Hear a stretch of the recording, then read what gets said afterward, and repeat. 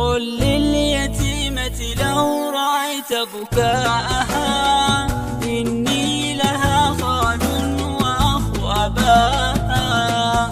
قل لليتيمة لو رأيت بكاءها إني لها خال وأخ أباها.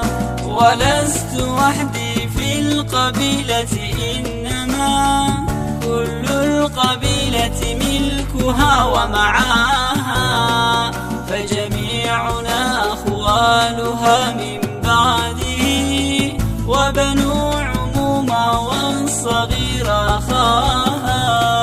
لن تشعري باليتم يوما بينهم قد هز